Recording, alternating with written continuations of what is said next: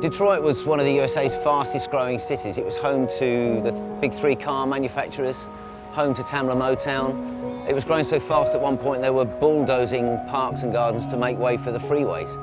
And then it collapsed. A car comes off the end of the line every 10 seconds. Detroit went from 2 million people to about 900,000, and there's about 30% unemployment there. And it was in serious danger of being the first US city to literally fall off the map because city blocks and buildings and shops and stuff were literally being overtaken by nature.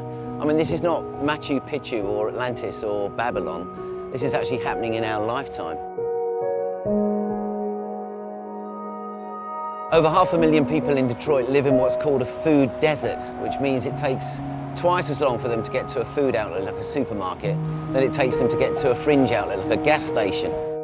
Without adequate access to good food, there are real hunger issues in Detroit. But unlike any other city in the world, the Urban Farms project has taken hold not as a hobby or a sideline, but as a model for actually rebuilding the city. People are surviving off the food grown in these gardens. And that's what's so amazing about this whole thing. You can never suppress the human spirit.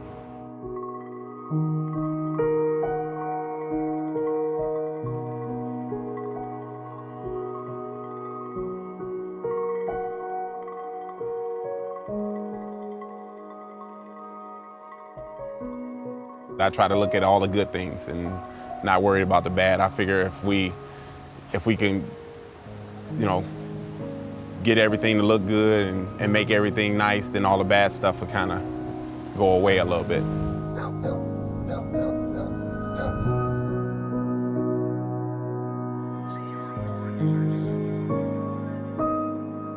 We're in Detroit, in Georgia Street, at the community centre, creating a garden for local residents.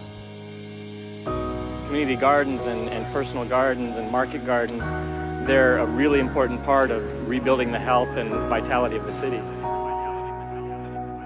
I think it's about people doing stuff for themselves and actually using their initiative and, you know, making things a bad situation like better. The band's brief was a struggle against adversity, and I think this was a real struggle. It wasn't a political struggle, it was more situational than anything else, and I felt it could sort of happen to any country, anywhere, so it's sort of a message more than anything that if you get off your arse, you know, you can make things a little bit better for yourself. Machines do more and more of the hard work these days. For instance, here's the way the assembly... We're talking about a third of this city now is actually derelict, and you know, it's about sort of making people proud of their environment and that sort of thing. And when you're living next to some burnt out houses, I assume it must be pretty fucking hard really to sort of, you know, get up in the morning and I don't know what you do. I can't even get my head around it still, to be honest.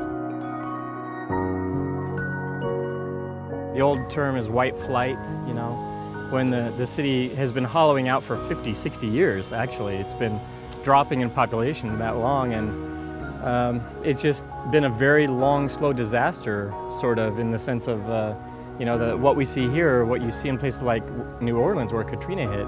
But there's been no natural disaster. It's just been a very long, slow decline with people that do have money and resources leaving the city. It is very emotional. It's like, until you actually see it, and you just can't see how vast it is. Even in films you see, and in Julian Temple's Requiem for Detroit, it really, as much as it shows how bad it is, you just can't see it until you see it yourself, and you're driving down every road and these just burnt out buildings, one after the other. The decay is overwhelming, you know, so if you try to, you know, contrast what looks good and what looks bad, you know, it actually kind of make you want to give up to a certain extent.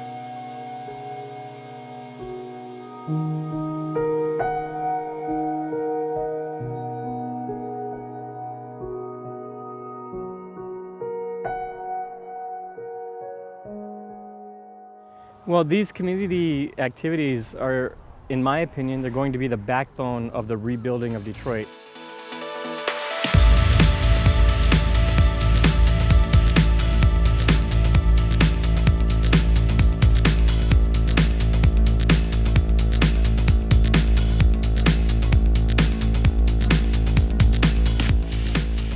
Well, I'm a founder and chairman of Georgia Street Community Collective, Georgia Street Community Gardens. And I guess my role is to help revitalize our neighborhood.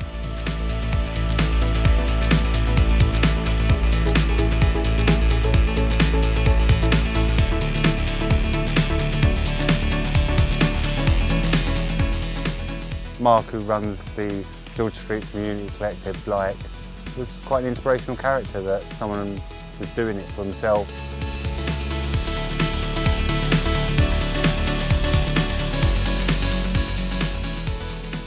Mark's an amazing guy, and to sort of re-energize a space by putting people back into it, doing positive work is really, really essential, and that's what's great about the whole movement in Detroit.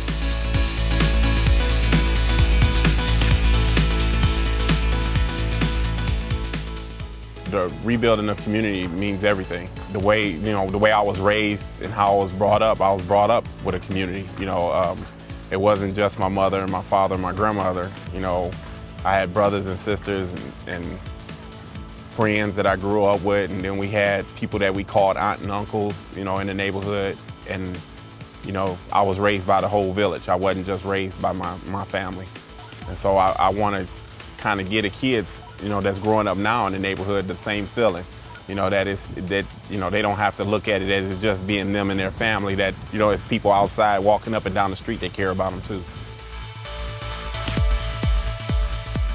Our first priority is to build community. And so getting people out doing things together is how you build community. You've got to actually go out and do something. And it feels like me on a good day. It's going to be more of a closer knit community. Instead of moving away, they'll be moving into the neighborhood.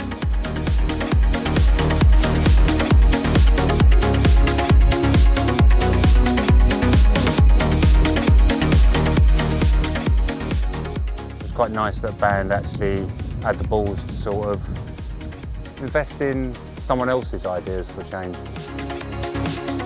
I hope that this shows other record labels that, hey, this is what we should be doing with our money. You can do something that matters for, a third of the money that you're going to spend. So help out the people, show the people that we care, and the people, and the people can do amazing things.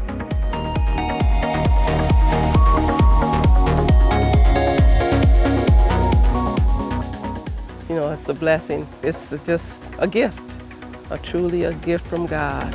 On a good day.